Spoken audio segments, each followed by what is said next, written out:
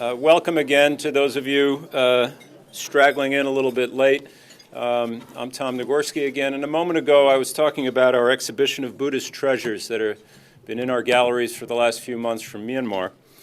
And I thought I'd share that when we first gathered about a year ago to think about what Myanmar-related programming we might do, because we build other programming around these exhibitions, a great many people said to me and to our team, you should try very hard to get George Soros to your building. Of course, George Soros has worked and devoted his time and considerable energies to so many parts of the world, but Myanmar, what was Burma, represents in some ways a classic case of the political, economic, and cultural circumstances that have so often captured this man's attention and his passion. A nation silenced for so many years by tyranny, cut off by diplomatic and economic isolation, and emerging at last from the tyranny and from the isolation. And of course, I'm not going to go into the long biography. I don't think it's necessary, and you have it in your program, but it's worth repeating that George Soros understands better than most, and he cares more than most about such things because he's known tyranny up close. He lived as a child through the tyranny of the Nazi occupation of his country. That country, Hungary, later suffered the tyranny of the Soviet occupation of Eastern Europe. And so George Soros has made it his mission, or one of his many missions, to give back, to commit himself, as his foundation says, and it says in your program, to quote, the idea of open society where rights are respected, government is accountable, and no one has a monopoly on the truth. He has fought for those ideals in Eastern Europe, in the former Soviet Union, in a great many places, and all these years later in Myanmar, supporting the students who led the democracy movement there. He did that a long time ago. The election process, the fledgling education system, and so on, all in the service of that same global mission. So today, we explore what must happen when societies open and when they emerge from these circumstances. Mr. Soros will be on stage in conversation with our own Orville Schell, director of the Arthur Ross Center here on U.S.-China relations. Delighted to have Janet Ross with us at Mr. Soros's table. Thank you, Janet, for all you and your family have done. Orville is, of course, one of the great scholars of the change and sometimes the lack of change that is occurring and that we are witnessing in today's China. Orville will moderate a conversation, then we'll open to your questions. And a reminder, we webcast these programs, so for those of you watching beyond this room, you may email questions to moderator@asiasociety.org, or you can tweet them using the hashtag AskAsia. For now, please join me in a warm welcome for George Soros and Orville Schell.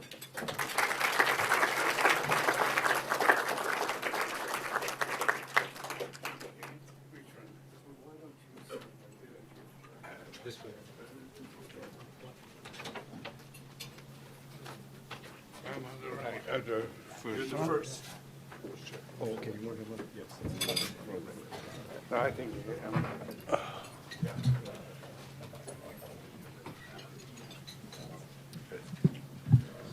Well, thank you all for coming. Thank you, George, for joining us, and thank you, Yoshie Ito, who put this whole thing together. It was quite a production. Okay. One of the reasons that I think we have here with us today a truly unique individual is that he's someone who believes in ideas as a writer, as a thinker, as an economist, but also someone who believes that ideas do have and should have consequences, and you should actually make ideas incarnate if you possibly can. And that really has been the conceit of his whole life. In many ways, sometimes, George, when I look at your various enterprises, you strike me almost as if you had or thought you had, a country of your own with its embassies around the world doing this, that, and the other with its own foreign policy. And that's a rather extraordinary accomplishment.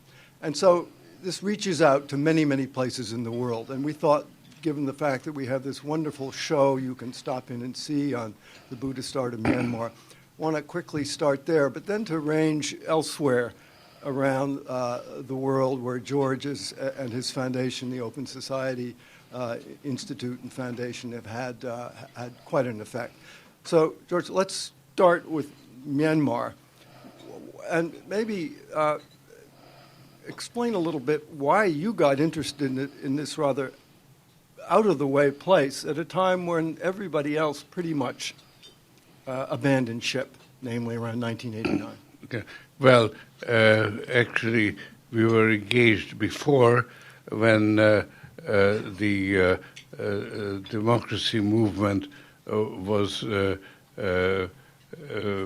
brought on, was banished, and Aung San Suu Kyi was arrested, and we set up a project, Burma project, to support democracy, the democracy movement in Burma, and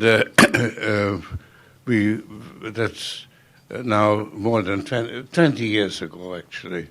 So that was 84, and things got from bad to worse, and it was just an extremely frustrating experience. And you were outside. We were outside, and we were helping there was a government in exile, actually, that we supported, and also the refugees, particularly in Chiang Mai, in Thailand. That's where we were really active. But gradually we also penetrated inside Burma and had a number of projects going on.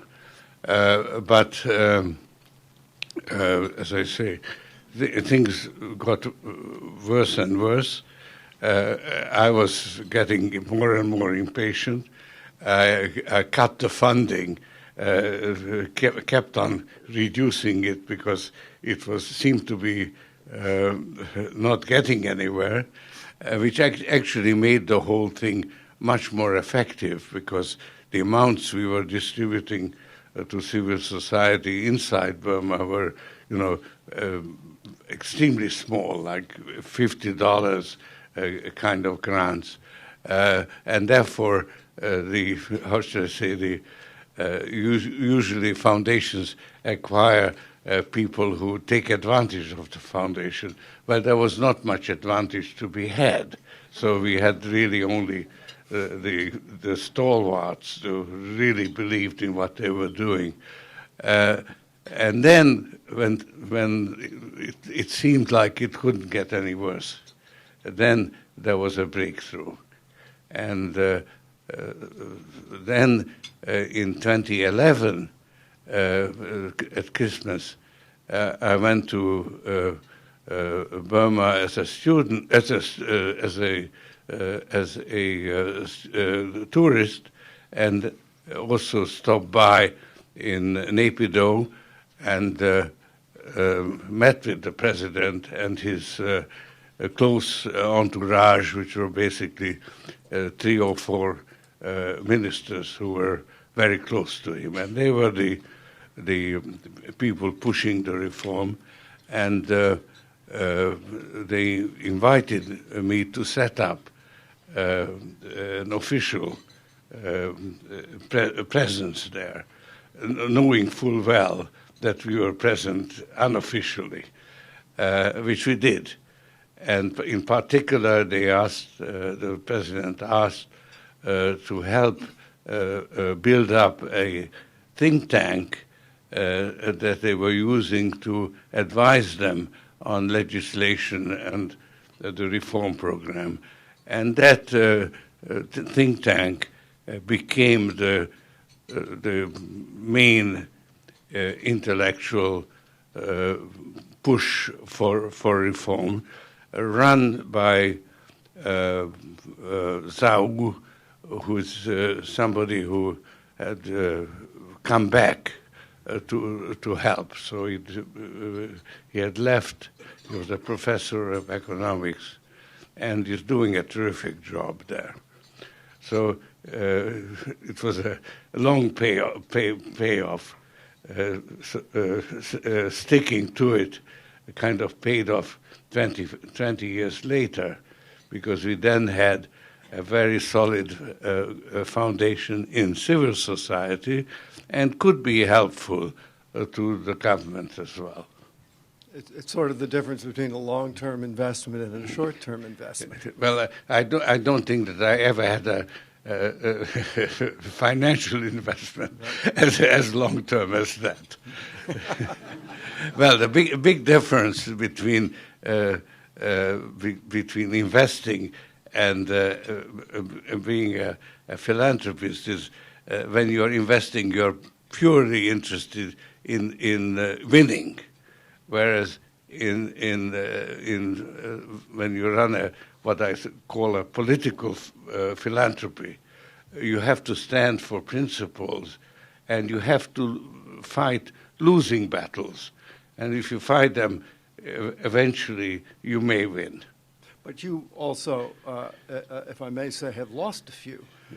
And you sort of specialized in countries that have reached those inflection points where they're in transition. And so talk about the difference between those countries where it's worked out and where it hasn't worked out.